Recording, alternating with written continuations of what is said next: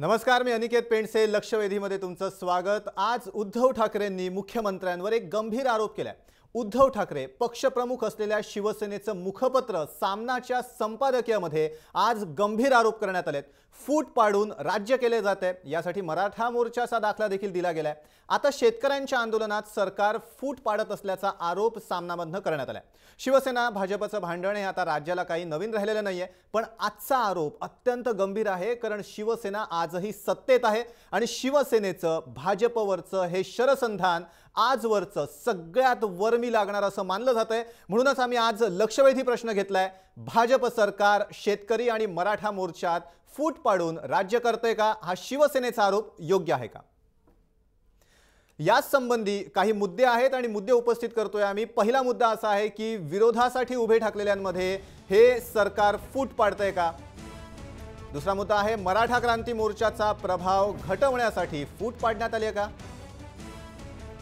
राजू शेट्टी, सदाभाऊ खोत यांच्यात जाणीवपूर्वक वाद निर्माण केला जातोय का? केवळ राजकारणापोटी सरकारवर फूट पाडायचा आरोप केला जातोय का?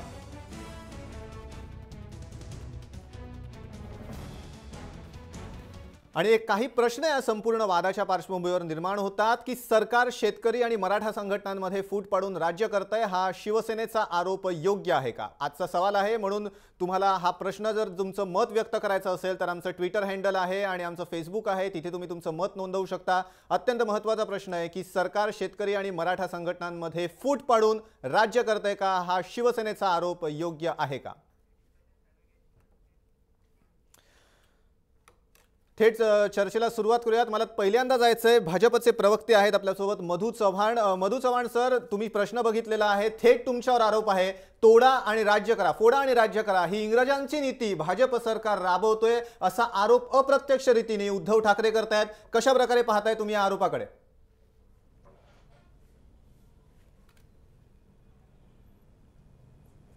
मुळात माननीय उद्धवजी ठाकरे यांनी हा आरोप त्या ठिकाणी आपल्या कुठल्याही वक्तव्यात किंवा कुठल्याही भाषणात केलेला नाही. सामनाच्या संपादकांनी केलेली कुठलीही टीका आम्ही फार आता मनावर घेत नाही, कारण ती द्वेषापोटी आणि आक्रस्ताळेपणे केलेली टीका असते. काय कारण आहे? कुठलाही राज्यकर्ता शहाणा हा एखाद्या समाजामध्ये डिवाइड अँड रूल हे ब्रिटिश आहेत. आम्ही ब्रिटिश नाही आहेत, आम्ही या देशातले नागरिक आहोत. या देशातले एक पक्ष आहे आमचा. या देशातल्या महाराष्ट्रातल्या जनतेनं आम्हाला विश्वासाने निवडून दिलंय.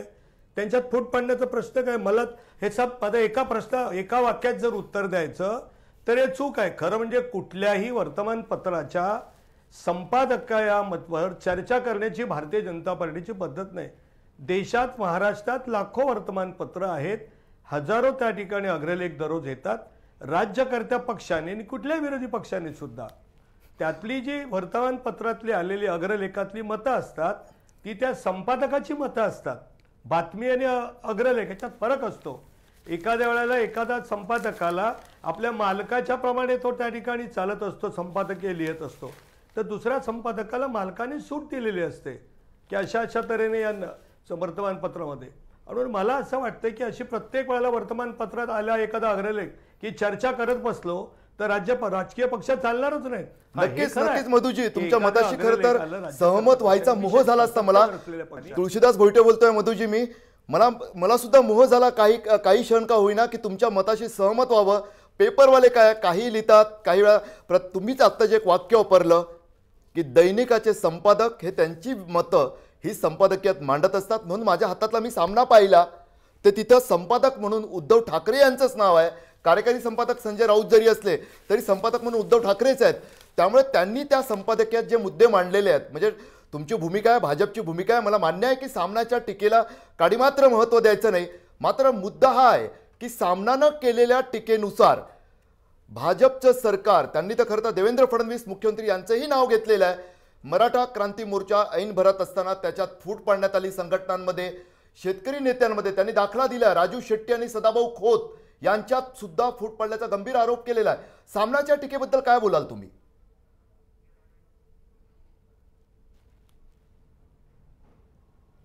मला आधी तुम्ही माझ्या मित्रात मला वाक्य पूर्ण करायला द्या, नाहीतर उगाचच वर्तमानपत्र आणि संपादकांवर मी काहीतरी चुकीचं बोलतोय असा मला त्या ठिकाणी अर्थ होईल. मी असं बोलत होतो की प्रत्येक वेळेला आलेल्या अग्रलेखावर त्या ठिकाणी चर्चा करत बसतो तो राज्य पण बोललो मी, तुम्ही मला बोलू दिलं नाहीत. पण वर्तमानपत्रातल्या आलेली टीका, त्यातली बातम्या, विशेषतः संपादकीय किंवा स्तंभलेख याची दखल मात्र जरूर घेतली पाहिजे राज्यकर्ते पक्षाने, विशेषतः की खरंच आपलं काही वेळेला आपण राज्य करत असतो तर आपलं बरोबरच आहे सगळं असं आपल्याला वाटत असतं. परंतु अशा टीका टिप्पणीत असा निंदकाचे घर असावे शेजारी, हा न्याय आम्हाला मान्य आहे, त्याशिवाय आम्हाला आमच्या चुका कशा करणार. आणि आमचा शेजारी नाही तर आमचा मित्र, आमच्या घरातलाच माणूस टीका करतोय, हंसकशीर न्यायाने त्यातल्या योग्य त्या ठिकाणी असतील त्याचं आम्ही आकलन करू. आणि माननीय उद्धवजी ठाकरे हे शिवसेना पक्षप्रमुख आहेत, त्यांनी कुठलं वक्तव्य केलं तर आमच्या पक्षश्रेष्ठी नक्कीच दखल घेतील. मधुजी, उद्धव ठाकरेंनी नेमकं काय वक्तव्य केलंय तुम्ही ऐका, तुमचा मुद्दा समजला, मुद्दा तुम्ही कंटिन्यू करा. उद्धव ठाकरेंनी काय वक्तव्य केलंय ऐकूयात. ज्या वेळेला ते विरोधी पक्ष नेते होते तेव्हा त्यांची भाषा काय होती, त्यांची भाषणं काय होती, आणि आता त्यांचं एकदम रूपांतर जे झालेलं आहे अभ्यासू विद्यार्थ्यामध्ये, हे रूपांतर आपण बघितलं. हे घडवलं तुम्हीच, हे घडवलं तुम्ही, आणि आता तर आम्ही सुद्धा. पण सत्ता आल्यानंतर भाषा बदलणारी आमची अवलाद नाही. सत्ता असली काय नसली काय आम्ही आहोत, तसेच आहोत आणि तसेच राहणार. मुळामध्ये काय होतं, आज मी विनायक दादा तुम्ही बोललात ना की मी इकडे पक्षाचं असं काही उंबरटेक ठेवलेलं नाही म्हणून राजूभाईने सुद्धा बोलत. सगळ्यांनी एकत्र आलं पाहिजे. हे असं काही नाही की महाराष्ट्रामध्ये शिवसेनेचा शेतकरी वेगळा, राजू शेट्टींचा वेगळा, यांचा वेगळा नाही. महाराष्ट्र हा महाराष्ट्र आहे आणि महाराष्ट्राच्या शेतकऱ्यांमध्ये फूट पाडणारे आम्ही कपाळपर्यंत नाही, अजिबात नाही. शेतकरी माणूस सगळं एक आहे.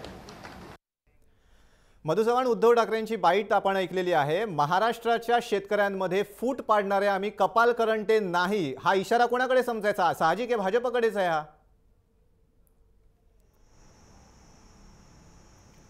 मधु चव्हाण बोला. अहो मला बोलू द्या, तुम्ही माझं अर्धवट वाक्य तोडता, माझ्यावर अन्याय करता. नाही, आता अन्याय नाही, तुम्ही बोला. आता माझं म्हणणं असं आहे की ते अशी, मला बोलायला द्या ना प्लीज. तुम्ही मला बोलवले तर मला उत्तर द्यायला द्याल की नाही? नंतर ते अर्धवट गेलं तर आमचं चुकीचं असतं, बीजेपीचं मत जाईल. माननीय उद्धवजी ठाकरे आम्ही माननीय उद्धवजी ठाकरे आम्ही कपाळ करंटे नाहीत असं ते म्हणाले. ते बीजेपी कपाळ करंट आहे असं नाही म्हणाले. उगाच आमच्या बरोबर सत्तेवर असलेल्या एका माननीय पक्षप्रमुखाच्या बोलण्याचा चुकीचा अर्थ घेऊन आम्ही उगाच कशाला त्या ठिकाणी स्वतःला त्रास करून घ्यायचा. ते आम्हाला म्हणालेलं नाही कपाळ करंटे. आता राहिला मुद्दा शेतकऱ्यांमध्ये फूट पडले. माननीय राजू शेट्टी आणि सदाभाऊ खोत हे लहान बाळ नाही आहेत. ते तर एका चळवळीतून उभं राहिलेलं नेतृत्व आहे त्यांचं, बंधूसारखे वर्तन आहे त्यांचं. ते काय लहान बाळ आहेत का की एकाचे गैरसमज आम्ही करायचे, दुसऱ्याचे करायचे?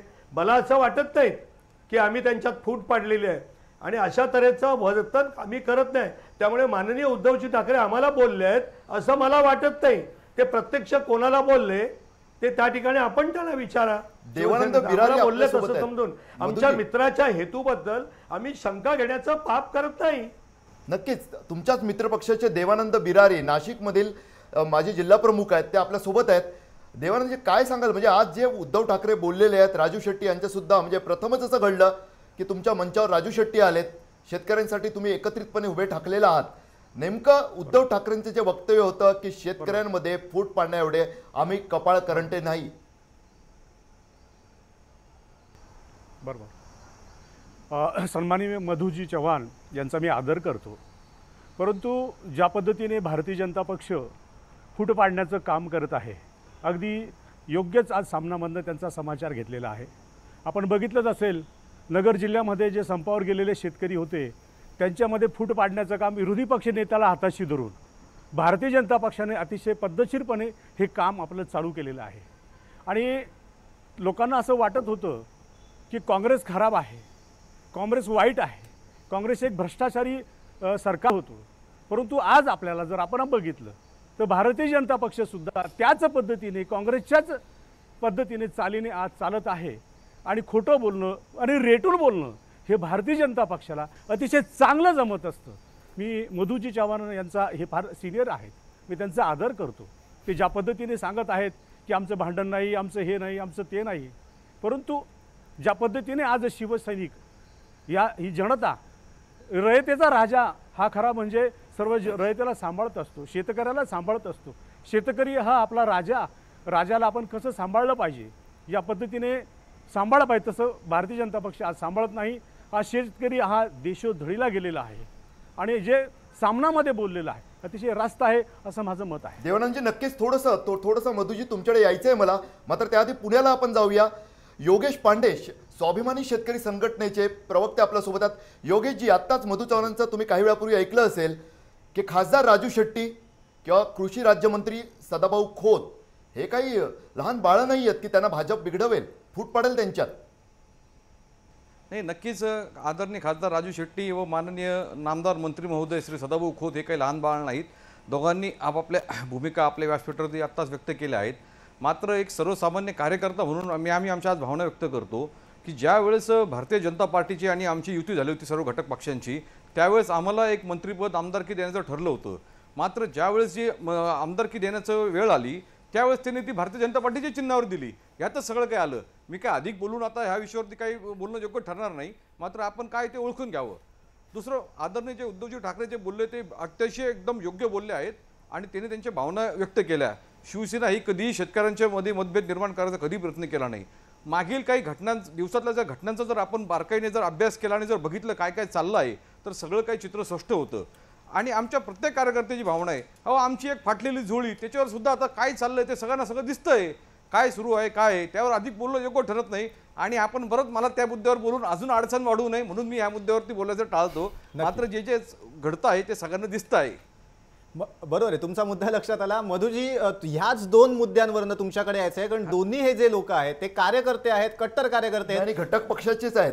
हो, आणि असे घटक पक्ष जे भाजपसोबत होते दोन्ही निवडणुकांमध्ये आहेत, आत्ताही भाजपसोबतच आहेत, ते जर रोष व्यक्त करतायत, मग भलेही भाजपाने कितीही सगळं दाखवायचा प्रयत्न केला की सगळं काही आलबेल आहे, पण या कार्यकर्त्यांमध्ये मग रोष का? मग या घटनेकडे आम्ही कसं बघायचं, जनतेने कसं बघायचं आणि या राजकीय पक्षांनी कसं बघायचं? असं आहे की आता माननीय माझे जे शिवसेनेचे सहकारी आहेत ते म्हणतात आम्ही काँग्रेसच्या मार्गाने चाललो आहोत. मग आम्ही काँग्रेसच्या मार्गाने चाललो आहोत तर प्रिय मित्रा, तुम्ही आमच्या बरोबरच आहात. आम्ही जर काँग्रेसच्या मार्गाने चाललो आहोत तर त्याचा अर्थ तुम्ही पण आमच्या बरोबर काँग्रेसच्या मार्गाने चाललेला आहात. हा त्याचा एक अर्थ झाला. नंबर 2चा अर्थ असा वेग बोलण्यात अर्थ नाही की तुम्ही चोर आहात. तर सांगावं लागतं तू चोर आहेस, हे पेन चोरलंस, हे काल चोरी केलीस, फूट पाडली म्हणजे नेमकी काय केली. जरा मुद्द्याचं बोललो आणि प्रगल्भतेने बोललो तर चर्चेला दिशा येईल. महाराष्ट्राची आम्ही जर फूट पाडणारे असतो तर जिल्हा परिषदा, पंचायत समिती, नगरपालिका, नगर परिषदा, महानगरपालिका इथे लोकांनी गेल्या आमच्या बाजूने मत दिलं नसतं. नोटाबंदीच्या विरोधात सगळं केलं गेलं आणि तरीही लोक आमच्या बरोबर का? तर विश्वास, महाराष्ट्रातली जनता, कष्टकरी, शेतकरी ही प्रगल्भ आहे. आमचा त्यांच्यावर विश्वास आहे. ते अंगठेबहादूर नाही आहेत, अशिक्षित असतील, शिक्षणाच्या दृष्टीने 4थी शिकले असतील, पण बुद्धीने ग्रॅज्युएट पेक्षाही मोठा हा शेतकरी आणि कष्टकरी आहे माझा महाराष्ट्रातला. त्यांनी त्या वेळेला निवडणुकीत त्या वेळेला दाखवून दिलेले त्या राजकीय पक्षांना त्यांची जागा दाखवून दिली. आम्हाला मग गेल्या 2 वर्षात आमची जागा दाखवून दिली असती आम्ही जर लुच्चे, लफंगे, फूट पाडणारे असतो तर. आणि नेमकी फूट पाडली म्हणजे काय केलं जरा सांगा. हे केलं तुम्ही. आणि जर शेतकरी आमच्या सांगण्याने फूट पाडून ऐकत असतील तर त्याचा अर्थ तुमच्यावर त्यांचा विश्वास नाही शेतकऱ्यांचा, आमच्यावर विश्वास आहे त्यांचा, आमचा ऐकतायत ते. देवानंद गिरारी, एक्झॅक्टली मधु चव्हाणांचा जो प्रश्न आहे, फूट पाडली म्हणजे नेमकं काय केलं, हाच प्रश्न मला योगेश पांडेंना पण विचारायचा आहे. फूट पाडली म्हणजे नेमकं काय केलं? कारण आता मधु चव्हाण म्हणतात आम्ही असं काहीच केलं नाही. आता थोडंसं मला असं वाटतं की त्याआधी आपण थोडंसं थांबवतो. योगेशजी, थोडंसं थांबा तुम्ही, कारण आपल्या स्टुडिओत आपल्यासोबत मराठा महासंघाचे पदाधिकारी सुद्धा आहेत, राजेंद्र सावंत. नेमकं काय मराठा क्रांती मोर्चामध्ये सुद्धा तुम्ही सहभागी होतात. एक जो आरोप आलेला आहे आज सामनामध्ये, जो आरोप आलेला आहे की मराठा क्रांती मोर्चा ऐन भरात असताना संघटनांमध्ये फूट पाडली गेली राज्याकडून. सर्वात पहिलं म्हणजे की मराठा मोर्चा काय होता हा फक्त जातीचा प्रश्न नव्हता, हा मातीचा आणि शेतीचा आणि शेतकऱ्यांचा सुद्धा प्रश्न होता. कारण का 80% शेतकरी हे मराठा समाजाचे होते. आणि ज्या पद्धतीने हा पूर्ण मोर्चा सॅबोटाज करण्यात आला आणि पद्धतशीररित्या संपवण्यात आला आणि हे कोणाला सांगण्याची गरज नाही आहे. आणि तो कशा प्रकारे संपला, जो मोर्चा 9 ऑगस्टला ज्या त्वेषाने उभा राहिला आणि ज्याची ताकद ही होती की सर्वसामान्य कार्यकर्ता, इथे कुठलाही नेता नव्हता, इथे कोणी नव्हता, इथला सर्वसामान्य तळागाळातला तरुण वर्ग, तरुणी, मराठा घरातल्या स्त्रिया याचं नेतृत्व करत होत्या आणि याचं सामर्थ्य त्याच्यात होतं. त्या सामर्थ्याचाच आमचं जे सामर्थ्य होतं त्याचाच त्यांनी वापर केला असा माझा आरोप आहे. आणि जे आले वेगवेगळ्या जिल्हास्तरीय संघटना होत्या, त्या संघटना एकत्र येऊन मुंबईत म्हणजे काय ठरलं होतं आणि म्हणजे काय केलं, नेमकं राजकीय हत्यार वापरून किंवा कुणाला तरी मोठं म्हणायचं. जेव्हा 36 जिल्ह्यातले 36 पदाधिकारी येतात तेव्हा त्यातला एखादाच बोलवायचं आणि दाखवून द्यायचं की तू जरा चांगला दिसतोस रे, तू जरा बरा बोलतोस रे. याचा अर्थ तुम्ही पद्धतशीरपणे एकाला मोठं एकाला लहान, जो त्यांचा दुजाभाव नव्हता, जो कुठलाही राजकीय पक्ष आहे त्याला टेकओव्हर करू शकला नव्हता, ना भाजप ना राष्ट्रवादी आणि कुठल्याच पक्षाला या मराठा मोर्चाचा फायदा झाला नाही असं मी म्हणेन. परंतु त्याचे खच्चीकरण करणं, कारण मला असं वाटतं, भाजपला सतत असं वाटत होतं की मराठा मोर्चा हा त्यांच्या विरोधात आहे. आम्ही कधीच म्हटलं नव्हतं. जाणीवपूर्वक काही लोकांनी असं दाखवलं की मराठा मोर्चा हा मराठा विरुद्ध ब्राह्मण आहे. हा कधीच नव्हता. हा फडणवीसांच्या विरोधात आहे, हा ब्राह्मणांच्या विरोधात आहे, असं कधीच नव्हतं. आणि वारंवार आमच्या कार्यकर्त्यांनी सांगितलं हा आमचा नेता नव्हता आणि आजही नाही आहे आमचा. आजही मी इथं नेता म्हणून आलेलो नाही आहे, मी एक सर्वसामान्य छोटासा कार्यकर्ता म्हणून आलेलो आहे आणि आमचा कधी नेता नाहीच आहे आणि आम्हाला कुठल्या राजकीय पक्षाची गरजही नाही आहे. परंतु आम्हाला सांगतो, तुम्ही हे जे काही राजकारण करताय, कुठलाही पक्ष करत असेल, मला कुठल्या पक्षाबद्दल स्पेसिफिकली बोलायचं नाही आहे, पण तुम्ही कळत न कळत तुम्ही एकाला जवळ म्हणजे एकाला सावत्र, एकाला आवडती नावडतीच्या ज्या काही भूमिका दिल्यात, आणि तुम्हाला माहिती आहे, मी उघडपणे सांगण्याची गरज नाही, अख्ख्या महाराष्ट्राला माहिती झालं की जो मोर्चा 9 ऑगस्टला ज्या भराने उभा राहिला, जानेवारीपर्यंत चांगला चालला होता, 31 मार्च नंतर त्याला मी म्हणेन की एक प्रकारची अवकळा पसरली आणि ती अवकळा पसरण्यामागे एक वॉर रूम काम करतो, एक सोशल मीडिया, एक स्ट्रॅटेजिक ग्रुप काम करत होता आणि हा मोर्चा सॅबोटाज करण्यात आला असा माझा राजेंद्र सावंत यांचा जो उद्वेग आहे, जो राग आहे, तो आपण समजून घेतला पाहिजे. त्याचबरोबर इतर प्रत्येकानं मधू चव्हाण यांची बाजू नक्कीच यानंतर आपल्याला ऐकून घ्यायची आहे. मला वाटतं अनिकेत नक्की. आत्ता एक अत्यंत गंभीर आरोप राजेंद्र सावंतांनी केला की पद्धतशीरपणे खच्चीकरण करण्यात आलं. नेमका रोग कोणाकडे होता? मधू चव्हाणांकडनं याचं उत्तर घ्यायला लागेल, कारण ते सत्ताधारी पक्षाचे प्रवक्ते आहेत. अर्थात या सगळ्यांच्या बाबत इतरही नेत्यांच्या प्रतिक्रिया घ्यायला लागतील.